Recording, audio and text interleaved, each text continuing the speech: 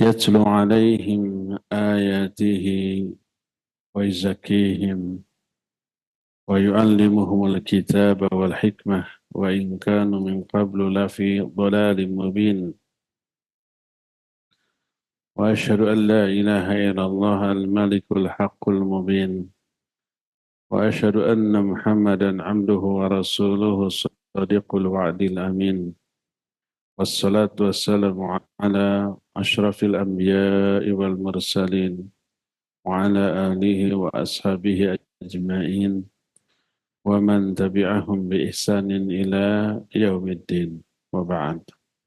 Hadirin jamaah Masjid Agung Al-Ukhuwah Bandung yang Allah muliakan, para pendengar radio Tarbiyah Sunnah Bandung, Radio Roja di beberapa kota, dan radio-radio lain yang ikut gabung, serta pemirsa Roja TV dan beberapa TV lain.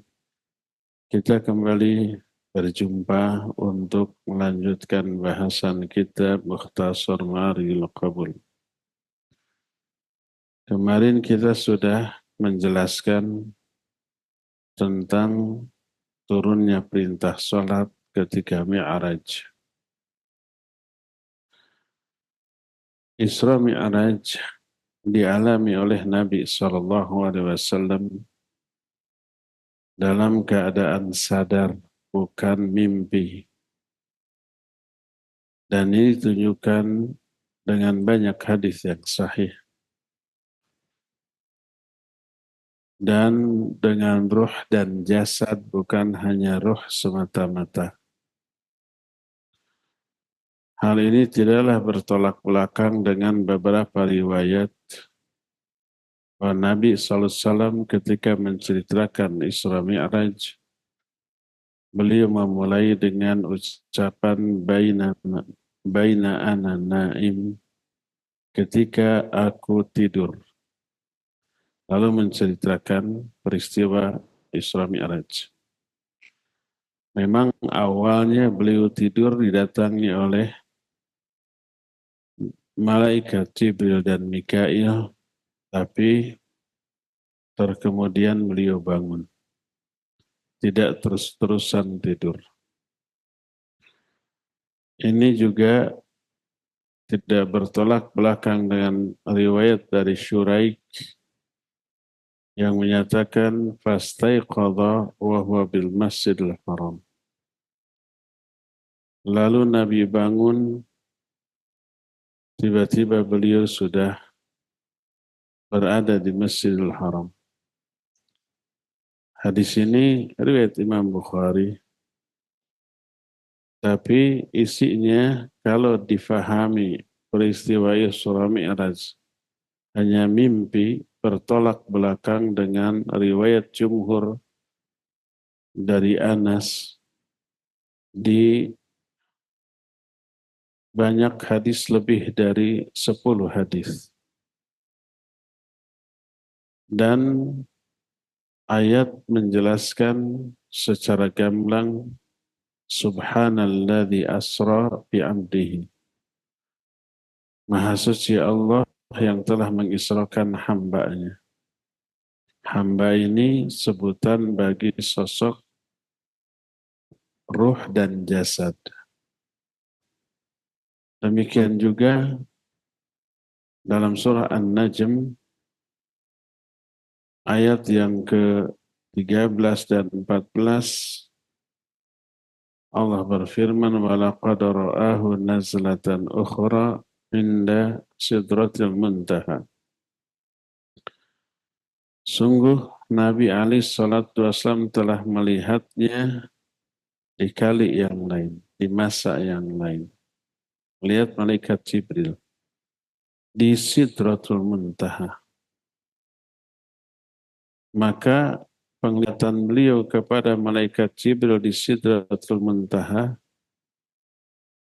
itu adalah penglihatan yang langsung dengan mata kepala sendiri. Bukan dalam keadaan tidur, tapi dalam keadaan terjaga.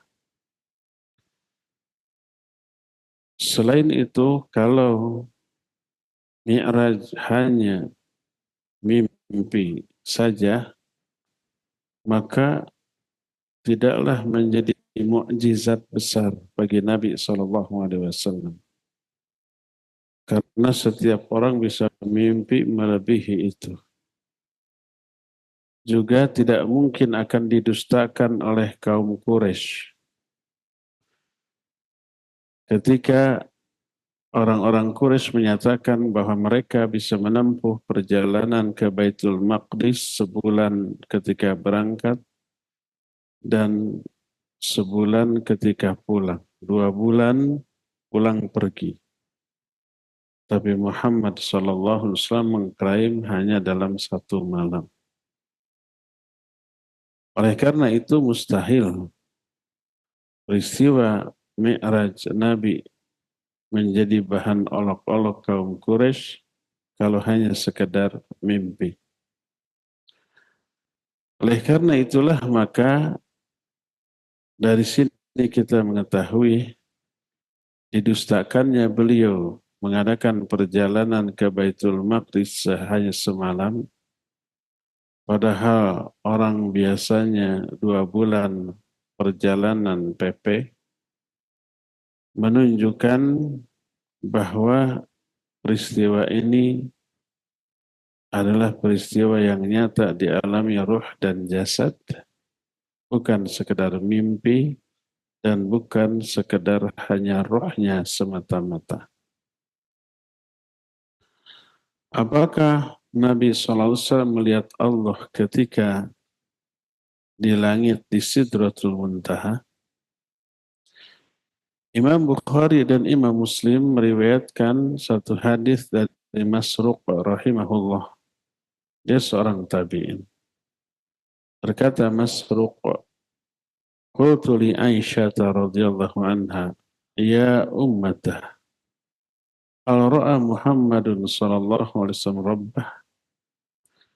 Kata Masruq, aku bertanya kepada Aisyah, wahai ibunda, apakah Muhammad sallallahu alaihi wasallam melihat Allah ketika Mi'raj? Maka berkata Aisyah, laqad qaffa sya'ri mimma qulta. Aina anta min thalathin? Man haddathakahunna faqad kadzaba.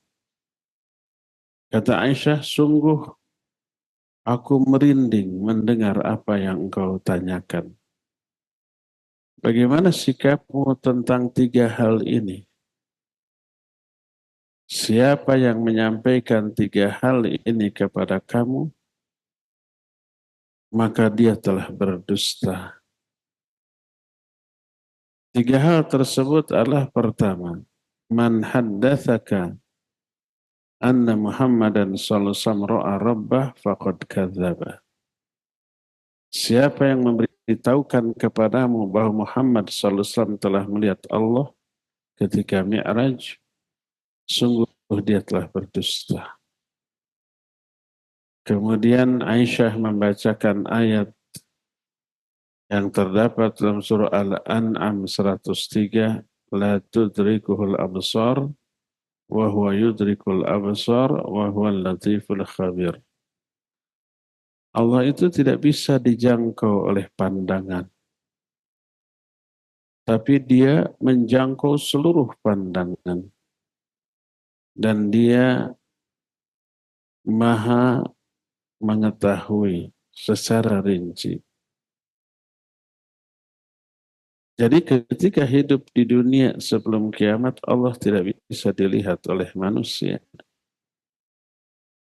Kecuali nanti di surga, orang-orang mukmin ahli surga, iya bisa melihat Allah.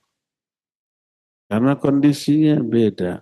Hukum yang Allah tetapkan di dunia dengan di akhirat jauh berbeda.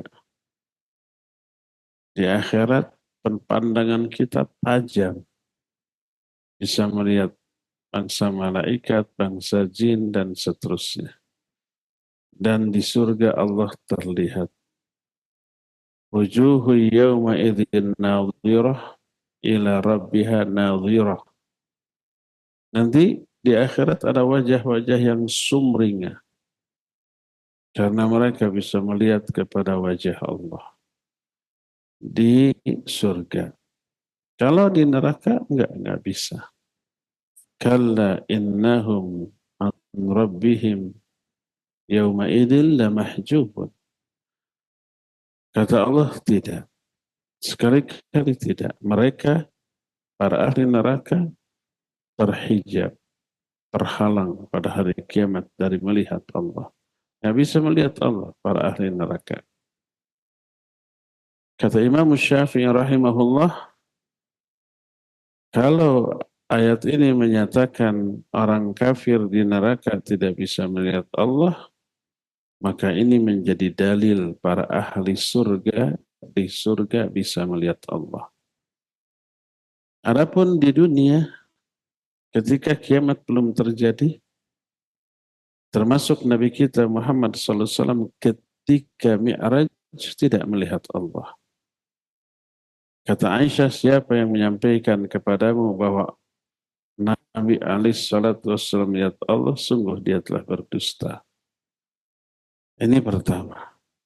Kedua, man haddatsaka annahu ya'lamu ma fi ghaddin faqad kadzaba. Siapa yang memberitakan kepadamu bahwa Muhammad SAW mengetahui hari esok, apa yang akan terjadi hari esok, dia telah berdusta. Lalu Aisyah membacakan Al-Quran dalam surah Luqman ayat 34, ayat terakhir, wa ma tadri nafsum madza taksibu ghadan wa ma tadri nafsum bi ayyi ardin tamut. Jiwa manapun tidak akan tahu apa yang akan dia usahakan besok. Apa yang akan dilakukan besok. Apa masih hidup, apa sudah mati, nggak ada yang tahu. Planning, rencana, mungkin kita bisa susun sekarang. Tapi apakah yang terjadi esok pasti sesuai dengan rencana kita? Nggak tahu. Jadi siapa yang memberitahukan kepadamu bahwa Nabi SAW mengetahui hari esok, dia dusta. Ini yang kedua. Ketiga, waman haddatsaka annahu katama faqad kadzaba. Siapa orang yang memberitahukan kepadamu bahwa Nabi SAW menyembunyikan seayat, sepotong ayat, sebagian kecil dari risalah aja, maka dia pun dusta. Lalu Aisyah membacakan ayat surah Al-Maidah 67. Allah berfirman, ya ayyuhar rasul balligh ma unzila ilaika min rabbik.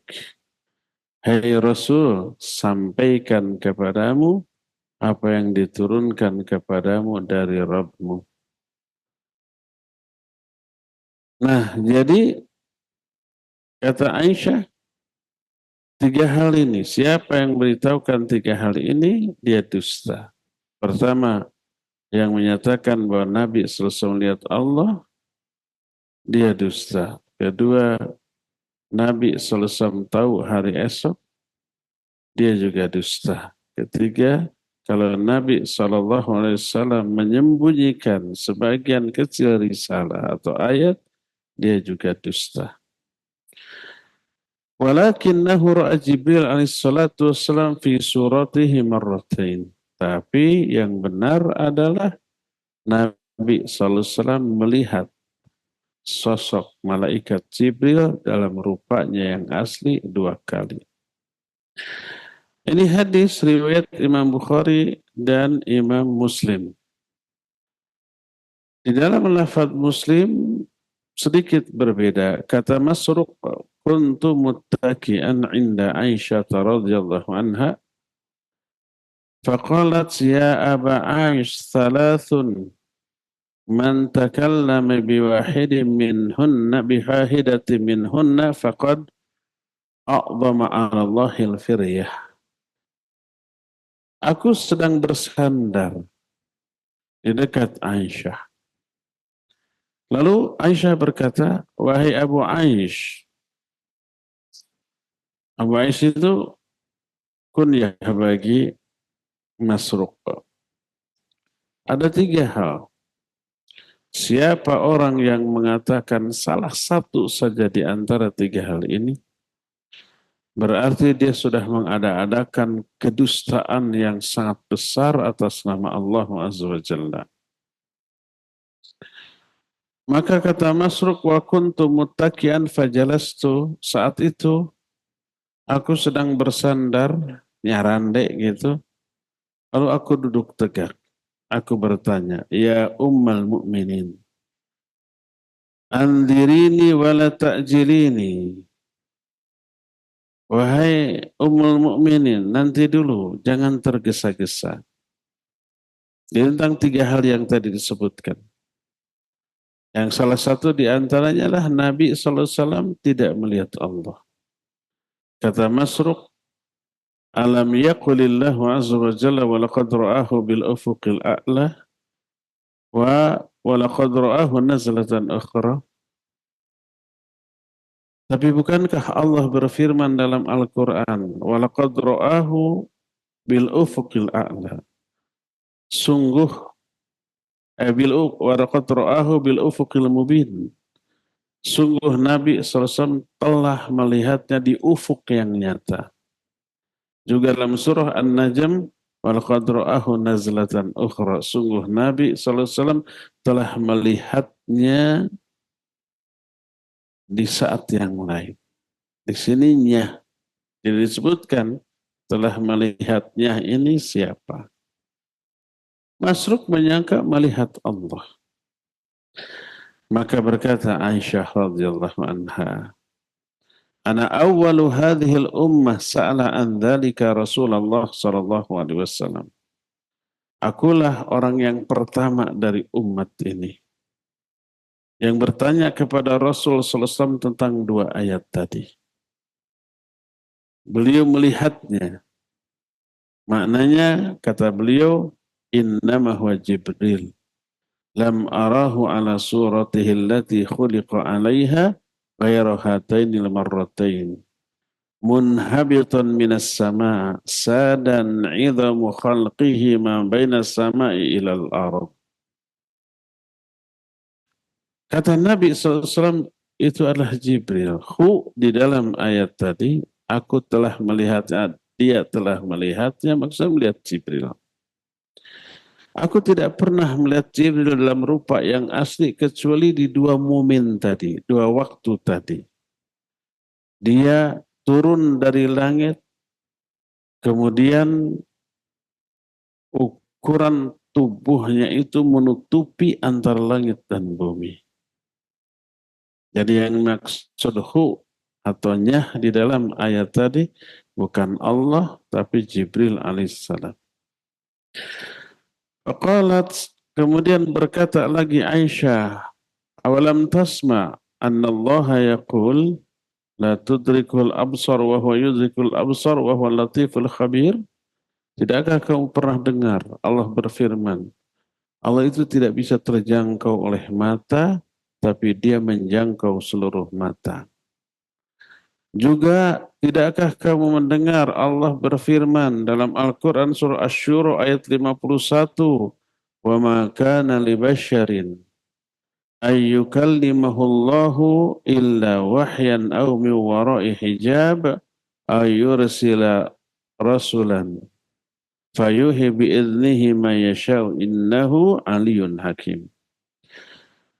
Tidaklah layak bagi seorang manusia untuk diajak bicara oleh Allah kecuali pertama melalui wahyu, yang kedua dari balik hijab, yang ketiga atau diutus seorang rasul, seorang utusan. Rasul di sini malaikat Jibril, lalu diberi wahyu dengan izin Allah, sekehendak Allah. Sungguhnya dia maha tinggi dan maha hakim. Jadi Nabi SAW tidak melihat Allah ketika peristiwa Mi'raj. Inilah poin yang pertama. Kedua, kapan waktu Isra Mi'raj? Yang rajih ulama ikhtilaf. Tapi yang rajih yang lebih kuat adalah antara tahun ke-10 dari kenabian sebelum hijrah ke Madinah. Berdasarkan keterangan bahwa Khadijah radhiyallahu anha masih menjumpai mengalami kewajiban sholat yang 5 waktu. Sedangkan Mi'raj pada tahun ke-10 Hijriyah atau sebelumnya wallahu alam, karena di tahun itu wafatlah Khadijah dan juga Abu Talib di tahun yang sama, maka tahun tersebut adalah tahun kesedihan, disebut Amul Hazan. Wallahu a'lam. Inilah peristiwa Isra Mi'raj Nabi alaihi salatu wassalam. Adapun peristiwa besar kedua dalam kehidupan Nabi SAW adalah peristiwa ketika beliau hijrah dari Mekah ke Madinah. Kenapa ini peristiwa besar dan agung? Sebab di dalamnya terdapat pengorbanan, perjuangan yang dahsyat luar biasa. Pertama harus meninggalkan semua kekayaan yang dimiliki oleh kaum muslimin. Nggak boleh bawa kekayaan. Rumahnya ditinggal, tanahnya ditinggal, perkebunannya ditinggal, usaha perdagangannya ditinggal. Tidak boleh mengambil apapun kecuali yang bisa dibawa sedikit ke Madinah. Kedua, perjalanannya jauh, 500 kilometer. Mekah ke Madinah. Setara dengan mungkin dari Bandung ke Jogja gitu. Kalau di kita enak, teduh, banyak pepohonan, banyak sungai, banyak, kalau zaman sekarang banyak warteg. Kalau zaman dahulu padang pasir, nggak ada pohon, nggak ada bangunan, nggak ada air, panas. Kemudian lautan padang pasir memungkinkan orang tersesat, salah arah jalannya enggak. Jangankan di padang pasir, di kita aja. Banyak orang Bandung aja mencari alamat. Itu bisa tersesat. Apalagi di padang pasir. Perjalanannya jauh. Medannya sangat berat. Ya. Butuh fisik dan mental, terutama iman yang luar biasa. Dan akan datang ke sebuah tempat yang nggak tahu kayak gimana penerimaannya. Apa di sana memudahkan mencari rezeki atau tidak. Hanya untuk melaksanakan perintah Allah dan Rasulnya, mereka siap berkorban, berjuang sehebat itu. Makanya peristiwa hijrah bukanlah peristiwa yang ringan, yang enteng. Kalau bukan iman, nggak akan orang mau melakukannya. Adapun peristiwa hijrahnya adalah 3 tahun setelah peristiwa Isra Mi'raj. Dan ada juga yang menyatakan 5 tahun setelah peristiwa Isra Mi'raj. Ada lagi yang menyatakan lebih dari itu. Masalah kapan waktu hijrah bukanlah masalah akidah dalam bab ini. Yang menjadi masalah akidahnya peristiwa hijrahnya itu. Ya. Isra Mi'raj ditetapkan berdasarkan Al-Quran, Sunnah, dan Ijma'. Kapan peristiwa terjadi Isra Mi'raj secara pasti bukan masalah akidah. Tapi meyakini peristiwa Isra Mi'raj masalah akidah. Kapan peristiwa hijrahnya itu bukan masalah akidah. Aspek waktunya. Dalam Sahih Bukhari, riwayat dari Ibnu Abbas radhiyallahu anhumah, dia berkata, bu'itha Rasulullah sallallahu alaihi wasallam li arba'ina sana famakatha bimakkah thalatha asyarata sana yuha ilaihi thumma umira bil hijrah fahajar 10 sinin wa mata wa huwa ibnu 63 wa kana wusuluhu sallallahu alaihi wasallam ila al-Madinah yaumal itsnin min syahri Rabiul Awal kama fi sahih Bukhari. Kata Ibnu Abbas, Nabi SAW diutus menjadi Rasul pada usia 40 tahun. Lalu beliau tinggal di Mekah selama 13 tahun, diberi wahyu di sana. Kemudian setelah 13 tahun diberi wahyu di Mekah, beliau diperintahkan untuk hijrah ke Madinah. Lalu hijrah dan tinggal di sana selama 10 tahun. Dan beliau meninggal pada usia 63 tahun. 40 tahun diangkat menjadi Nabi atau Rasul. 13 tahun tinggal di Mekah menerima wahyu. Lalu pindah ke Madinah dan hidup lagi 10 tahun. 40 tambah 13, 53. Tambah lagi 10, 63. Setelah 63 beliau wafat. Dan kedatangan beliau ke Madinah pada hari Senin, bulan Rabiul Awal, sebagaimana dijelaskan dalam kitab Sahih Bukhari. Inilah peristiwa hijrahnya Nabi SAW. Ketika di Mekah, beliau sudah diperintahkan jihad oleh Allah melawan orang-orang kafir. Tapi jihad di Mekah bukan angkat senjata, bukan dalam bentuk perang. Jihadnya itu dalam bentuk iqamatul hujjah, memberi penjelasan dakwah, itu jihad. Makanya Imam Ibn Qayyim rahimahullah dalam kitab Zadul Ma'ad fi Hadi Khairil Ibad menjelaskan tahapan-tahapan jihad sejak mulai lemah. Ketika di Mekah sudah turun perintah jihad dari Allah kepada Nabi SAW. Tapi jihadnya dengan menyampaikan wahyu, dakwah untuk Nabi SAW. Untuk kaum muslimin, jihadnya belajar. Ini jihad ketika tidak ada perang atau belum memungkinkan perang, wajib jihad. Jihadnya apa? Jihadnya adalah dengan belajar.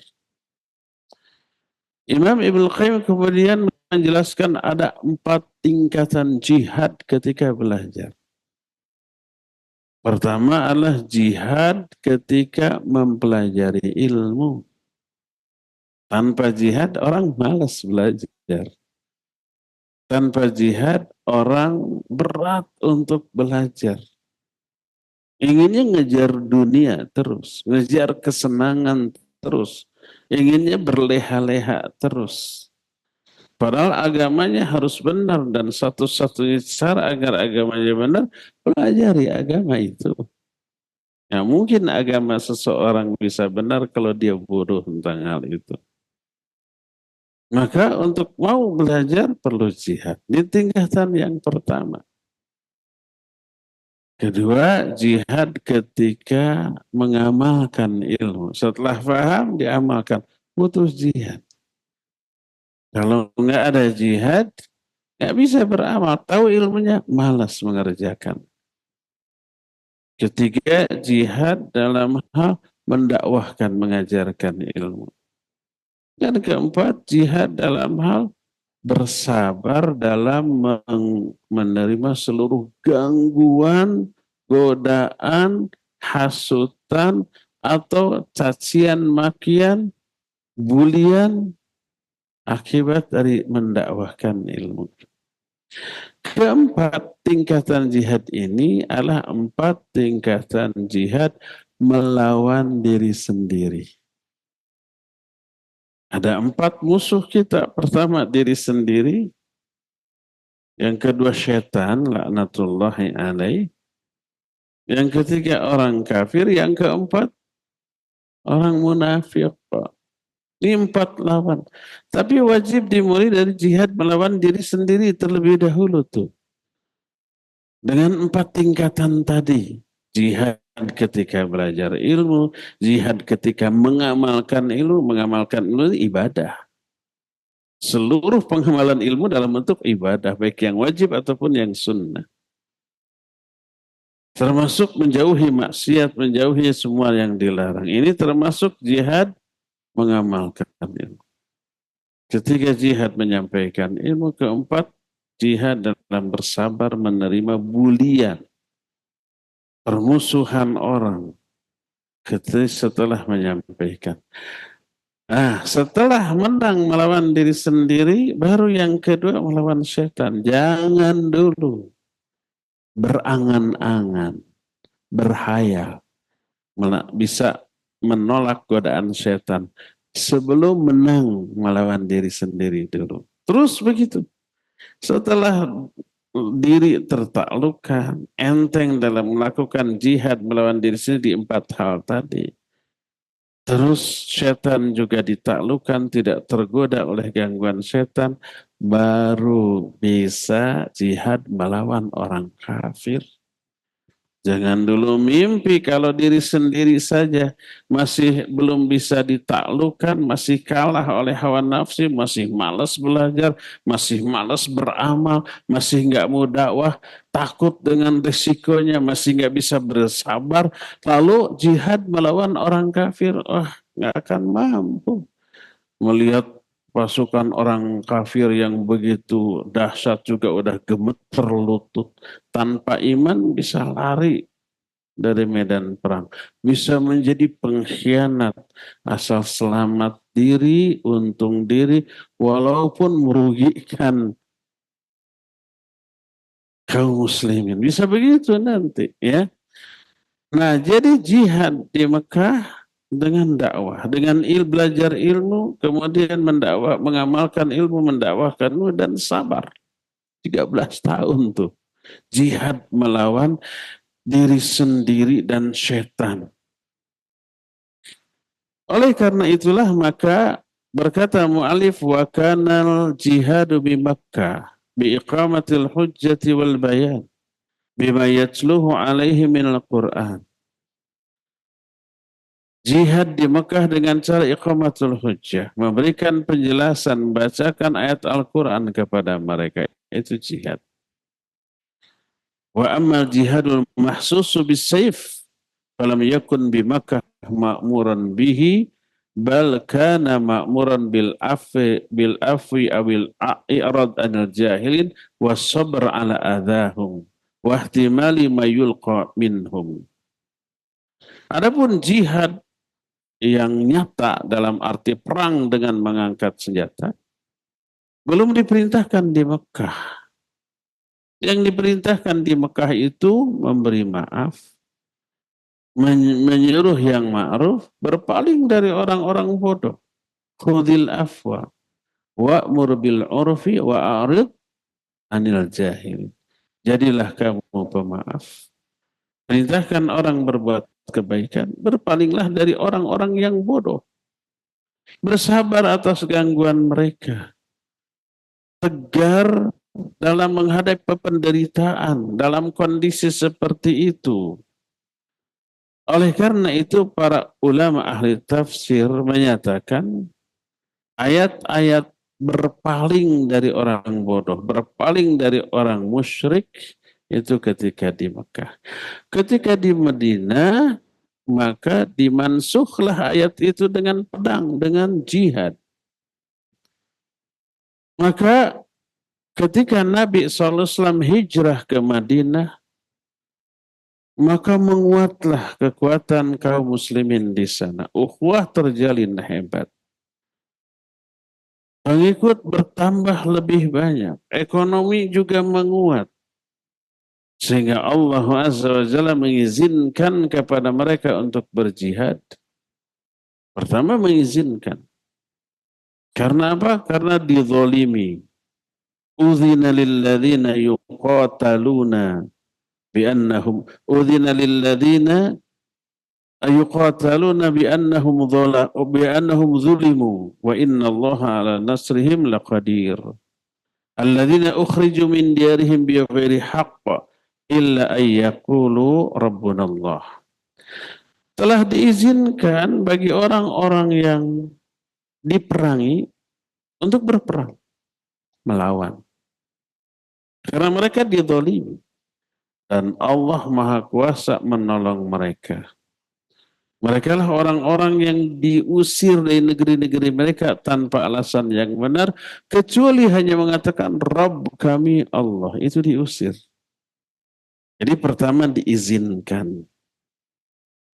Lalu setelah itu, setelah kuat, setelah punya pengalaman, setelah mentalnya terangkat di peperangan pertama karena meraih kemenangan, baru diperintahkan. Allah Azza wa Jalla berfirman dalam beberapa ayat seperti dalam surah Al-Baqarah 190, وَقَاتِلُوا فِي سَبِيلِ اللَّهِ الَّذِينَ يُقَاتِلُونَكُمْ وَلَا تَعْتَدُوا. Perangi di jalan Allah orang-orang yang memerangi kalian, tapi jangan berlebih-lebihan. Perangi lagi itu, ada perintah. Awalnya dilarang dulu karena belum memungkinkan. Setelah agak memungkinkan, diizinkan. Setelah memungkinkan banget, diperintahkan. Dalam surah Al-Anfal ayat 39 Allah menyatakan وَقَاتِلُوهُمْ حَتَّى لَا تَكُونَ فِتْنَةٌ وَيَكُونَ الدِّينُ كُلُّهُ لِلَّهِ. Perangi mereka sampai tidak lagi fitnah di muka bumi ini. Dan semua agamanya ini hanya milik Allah Azza wa Jalla. Dan banyak lagi ayat lain. Bahkan Nabi SAW disuruh memberikan semangat yang menggelora kepada kaum mukminin untuk berperang. Hasil dalam surah Al-Anfal Allah menyatakan ya ayuhan nabi harridil mu'minina 'alal qital. Iyyakum minkum ishruna sabiruna yaglibu mi'atain. Wa iyyakum minkum mi'atun yaglibu alfa minal ladzina kafaru. Hai Nabi, gelorakan semangat kaum mukminin untuk berperang. Kalau ada 20 orang di antara mereka yang sabar, itu bisa mengalahkan 200 orang. Kalau ada 100 orang bisa mengalahkan 1000 orang, 1:10 tuh. Ketika perang Badar kaum muslimin cuma 313 orang, atas pertolongan Allah mestinya mereka bisa mengalahkan 10 kali lipatnya 3.000 orang. Musuh cuma 1.000, pantas menang. Karena itulah maka kaum mukminin itu sangat antusias ketika ada seruan jihad. Berkata Rasul sallallahu alaihi wasallam, "Umirtu an uqatilan nas hatta yashhadu an la ilaha illallah." Aku diperintahkan untuk memerangi manusia sampai mereka bersaksi la ilaha illallah. Dengan tahapan tentu saja. Bukankah itu namanya pemaksaan? Tidak. Ada detailnya. Ini secara global, secara umum. La ikraha fiddin. Tidak ada paksaan dalam agama. Kalau orang nggak mau Islam, nggak boleh dipaksa. Tapi taklukan dulu mereka. Tawarkan Islam. Kalau menerima sukarela, alhamdulillah. Kalau tidak, nggak boleh dipaksa. La ikraha fiddin.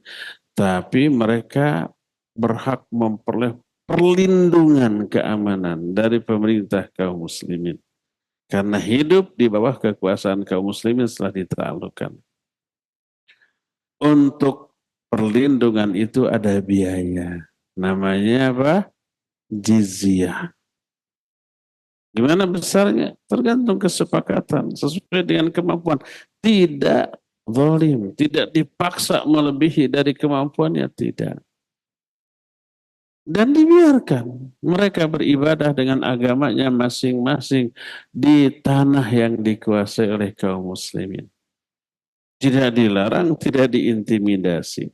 Adapun jizyah ya karena mereka di bawah perlindungan. Kalau ada yang macam-macam orang luar mengganggu ini, berhadapannya dengan pemerintah kaum muslimin. Adil kan? Dan jihad itu merupakan puncak kemuliaan Islam dan Islam tidak mungkin tegak tanpa adanya jihad.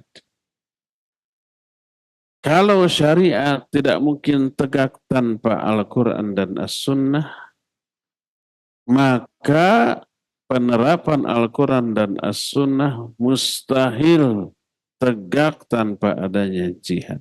Karena itulah antara kitab sunnah dengan senjata oleh Allah disandingkan ketika menjelaskan dua hal ini. Seperti yang Allah terangkan dalam surah Al-Hadid. Ayat yang ke-25 Allah menyatakan, Laqad arsalna rusulana bil bayinat wa anzalna ma'ahumul kitaba wal mizan liyaquman nasu bil qist wa anzalna al hadida fihi ba'sun syadid wa manafi'un linnas. Sungguh kami telah utus para rasul dengan membawa apa? Dua. Pertama, memberikan penjelasan. Kami turunkan kitab dan mizan agar manusia menimbang dengan adil. Ini yang pertama, para nabi, para rasul diutus dengan membawa kitab. Wahyu, Al-Quranul Karim yang diperjelas dengan sunnah, lalu wa anzalnal hadida fihi ba'sun syadid wa manafi'ul linnas. Kami turunkan juga besi. Besi itu mengandung kekuatan yang dahsyat dan manfaat bagi manusia. Ketika menerangkan ayat ini berkata muallif, fal kitabu li bayanil haqq wal hidayati ilaih wal hadid li hamlin nasi 'alal haqq wa atrihim alaihi. Kitab Al-Quran yang diturunkan kepada Nabi dan kitab yang diturunkan kepada Nabi-Nabi sebelumnya untuk menjelaskan kebenaran dan menunjuki manusia kepada kebenaran ini. Adapun besi untuk mendukung manusia membela yang hak ini dalam bentuk senjata. Dibikin senjata, dari senjata yang dibikin inilah lahir beragam kebutuhan yang berkaitan dengan senjata. Lahir skill, kemampuan memainkan senjata. Senjata juga macam-macam kan. Ada pedang, ada panah, ada tombak, ada trisula, ada macam-macam tuh. Ada tamengnya. Dan tidak hanya bikin tentu saja kan. Bagaimana cara menggunakan juga kan harus belajar ya enggak. Secara individu, skill individu dilatih. Ada yang berlatih dengan pedang, ada yang berlatih dengan tombak, ada yang berlatih dengan panah, berlatih juga menggunakan tamengnya, perisainya, dan seterusnya gitu kan. Tameng juga bisa jadi senjata selain untuk melindungi. Itu secara individu. Plus lahir kemampuan kolektif menyusun strategi perang. Secara individu dilatih, strategi berjamaah juga dilatih. Pasukan panah berbeda dengan pasukan pedang, dengan pasukan tombak, pasukan pejalan kaki dengan penunggang kuda juga berbeda. Posisinya diatur sedemikian rupa. Dari sini pasukan kecil tak mustahil mampu mengalahkan pasukan besar. Oleh karena itulah maka dua ini disandingkan oleh Allah penyebutannya, ya Al-Quran, kitab, Al-Quran dan sunnah, dan juga besi sebagai senjata untuk jihad. Jadi jihad disyariatkan setelah berhijrah. Maka setelah hijrah Allah Azza wa Jalla menurunkan kewajiban-kewajiban yang lain yang sebelumnya tidak diwajibkan. Kalau jihad diwajibkan di tahun yang pertama. Kemudian diperintahkan juga sholat sempurna di tahun pertama pula. Awalnya semua sholat 2 rakaat, 2 rakaat. Kecuali maghrib tetap 3. Zuhur 2 rakaat, asar 2 rakaat, isya 2 rakaat, subuh 2 rakaat. Kecuali maghrib aja 3. Ketika hijrah ke Madinah di tahun pertama itu juga lalu disyariatkanlah sholat 4 rakaat untuk zuhur, asar, dan isya. Subuh tetap 2 rakaat. Maghrib tetap 3 rakaat. Turun juga syariat azan, syariat saum, zakat, dan peralihan kiblat. Tadinya ke Baitul Maqdis, ke Masjidil Aqsa di Palestina, diubah ke kiblat yang ada di Mekah. Dan itu semuanya diturunkan di tahun kedua Hijriah. Turun syariat tayamum di tahun ke-6 Hijriah. Plus sholat khauf di tahun 9 Hijriah. Turun perintah haji di tahun 6 bukan Hijriah, setelah hijrah, karena saat itu belum ditetapkan tahun Hijriah ya. Tahun Hijriah setelah Nabi wafat ditetapkan oleh Umar bin Khattab, tapi awal tahunnya dihitung di tahun hijrahnya Nabi SAW. Menurut satu pendapat, haji diturunkan di tahun 6 Hijriah, menurut pendapat lain di tahun 9 Hijriah, pokoknya yang ketiga ada lagi tahun 10 Hijriah, di hari terakhir keberadaan beliau di Madinah sebelum wafatnya. Di tahun itulah Nabi melakukan haji wada, haji perpisahan. Ketika wukuf di Arafah pada hari Jumat, turunlah ayat Al-yawma akmaltu lakum dinakum wa atmamtu alaikum ni'mati wa raditu lakumul Islam madina. Sebagaimana diterangkan dalam Sahih Bukhari dan Sahih Muslim, maka sempurnalah agama ini. Setelah agama sempurna tidak akan ada lagi wahyu yang turun. Kalau wahyu tidak akan turun lagi karena sempurna, agama sudah sempurna, berarti tugas Nabi SAW sudah selesai. Sehingga turunnya ayat terakhir ini menjadi tanda sebentar lagi Nabi SAW akan diwafatkan. Kalau sudah selesai tugasnya ya sudah akan dicabut, diangkat dari kehidupan dunia ini. Makanya ketika ayat ini turun, semua sahabat gembira. Agama kita sudah sempurna, agama kita sempurna. Kecuali satu yang sedih menangis. Siapa?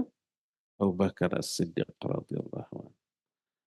Beliau bisa menangkap makna yang tidak tertangkap oleh orang lain. Para sahabat kaget, kenapa engkau bersedih? Bukankah agama kita sudah sempurna? Iya. Bukankah kita harusnya gembira? Iya. Kenapa kamu menangis? Beliau menjelaskan. Apa penjelasannya? Kalau agama ini sudah sempurna, berarti tidak ada lagi wahyu yang turun. Berarti selesai tugas Nabi SAW. Kalau tugasnya sudah selesai, ini tanda sebentar lagi Allah akan mengambil beliau, akan diwafatkan. Ini tertangkap oleh Abu Bakar, tidak tertangkap oleh sahabat lain. Setelah diberitahukan, baru mereka pun bersedih. Sudah was-was saja, sebentar lagi Nabi wafat. Dan betul hanya 81 hari setelah ayat ini turun, Nabi SAW dipanggil oleh Allah Azza wa Jalla. Beliau diangkat ke yang namanya Ar-Rafiqul A'la, ildiyin yang paling tinggi.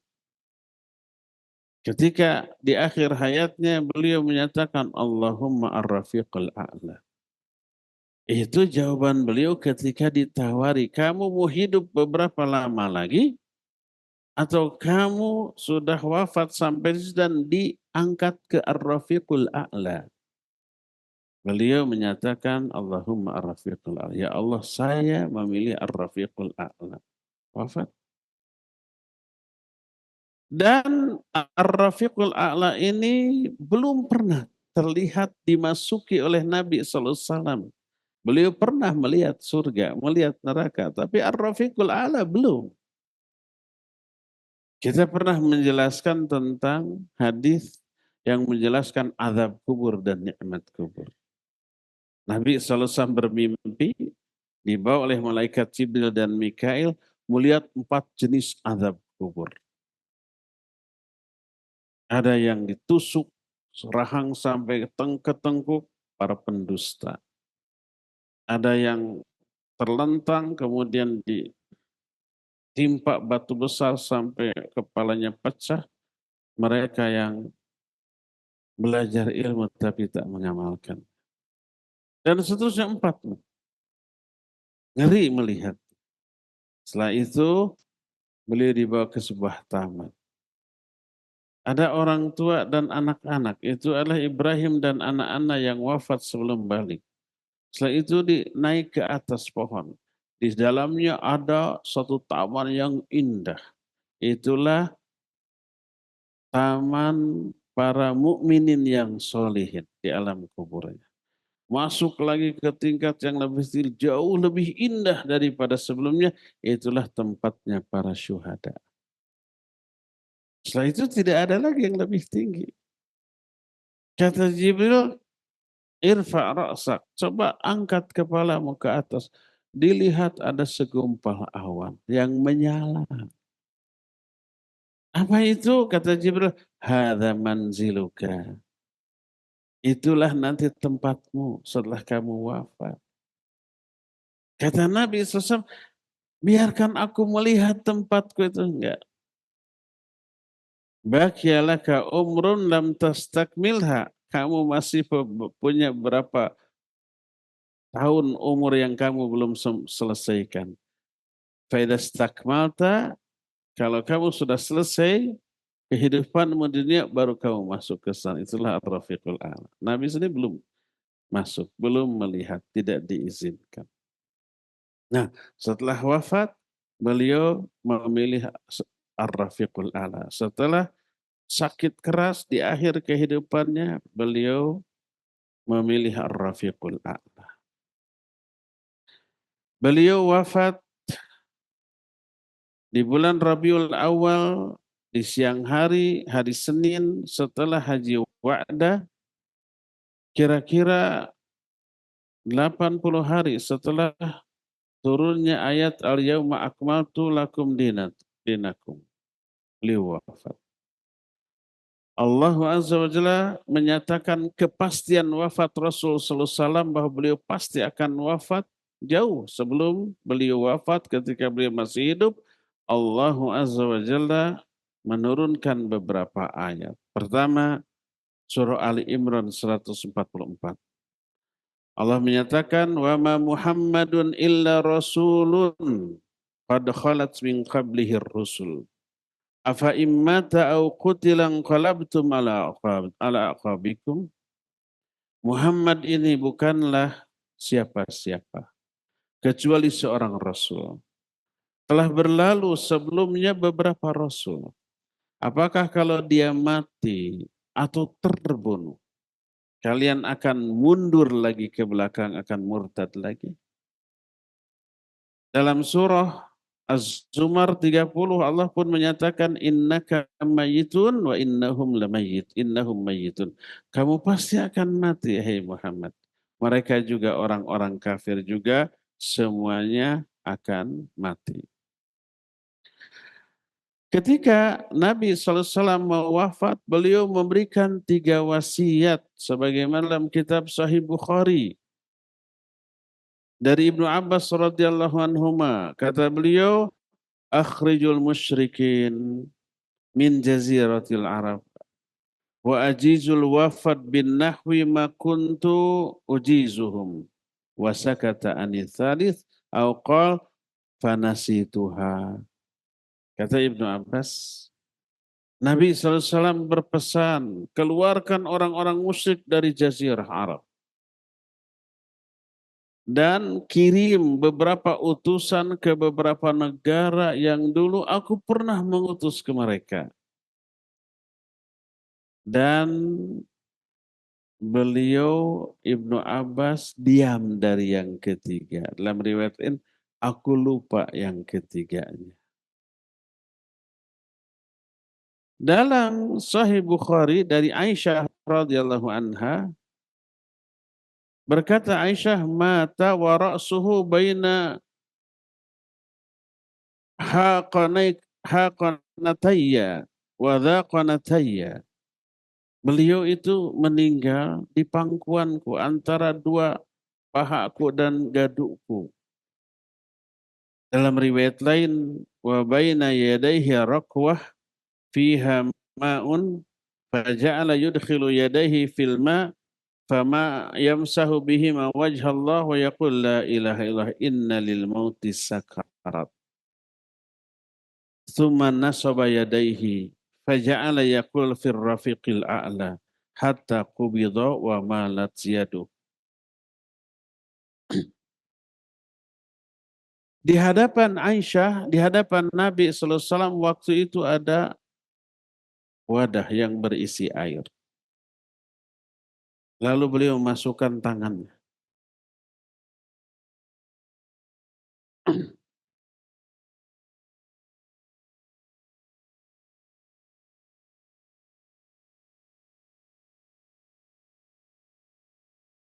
Lalu beliau mengusap wajahnya.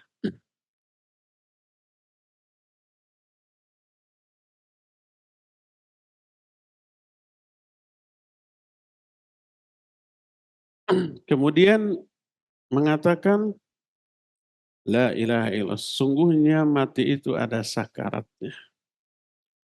Beliau menegakkan tangannya, kemudian berkata, Firrafiqil a'la, ya Allah,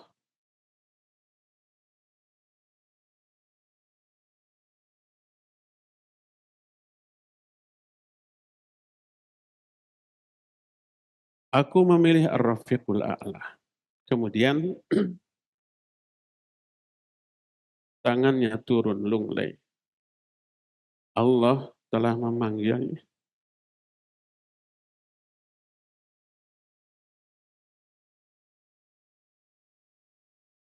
Salawatullahi alaihi wasallamu. Sampai di sini kajian kita. Insya Allah poin berikutnya akan kita teruskan pertemuan yang akan datang. Wassallallahu ala nabiyina Muhammadin wa ala alihi wa sahbihi wasallam. Wassalamualaikum warahmatullahi wabarakatuh.